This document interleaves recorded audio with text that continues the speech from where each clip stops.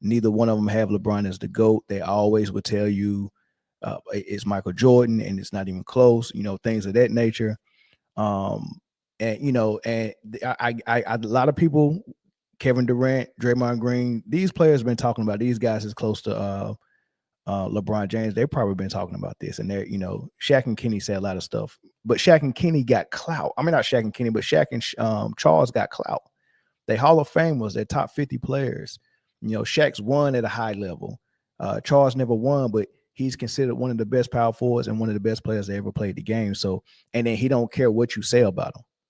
Now you can't hit him low. It don't matter. You know what I mean? He just don't care. And he's got a big mouth and he's opinionated and he's going to state this opinion whether you like it or not. That's and they got FU money, right? That's Shaq and Charles, right? So I would understand why you would say Windhorst name and Stephen A. Smith name, but you wouldn't say Shaq and Charles name because you don't want that war with them, right? So what did Shaq do? He returned the favor. On his podcast, they specifically asked about LeBron. So Shaq didn't say LeBron's name, but the question was about LeBron. And he went on a rant. And you could tell he was waiting on that question. You could tell he prepped it. You could tell he wanted that question in there, right? And he went on a rant. He addressed LeBron, and then he kept going, and you could kind of guess if he was talking about anybody specifically.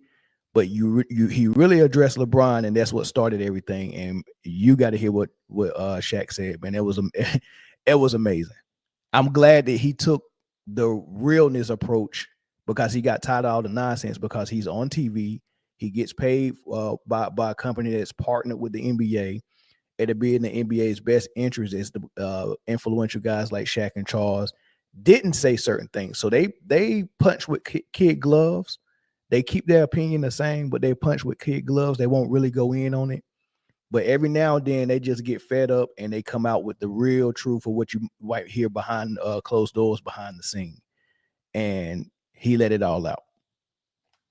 So you think LeBron's longevity is a byproduct of the change in the physicality of the game, too? Definitely. Okay. Less physical. Right now, you get a flagrant foul, you get fined, suspended. Like, guys ain't even fouling hard no more. Back before I played, it was crazy, but when I played, it was crazy. But even before, like the 80s going to 90s, it was probably more physical then. But people get mad. It's just a product of what I see. I've seen what greatness is.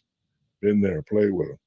I don't see that all the time over here. So you want me to give these the same props I'm giving them? That shit will never happen. So you can call it hate if you want. But even with the word hate, like these kids that like to throw that word around. You ain't fucking great, and I'm great. How the fuck can I hate on you? That don't make no sense. I'm in the building. You're not in the building. So how the fuck can I hate on you? People say Charles and I, we're ruining the game talking about the product because the product is shit. Fuck, show me greatness. Like, y'all pay a lot of money for these shoes, and I want to see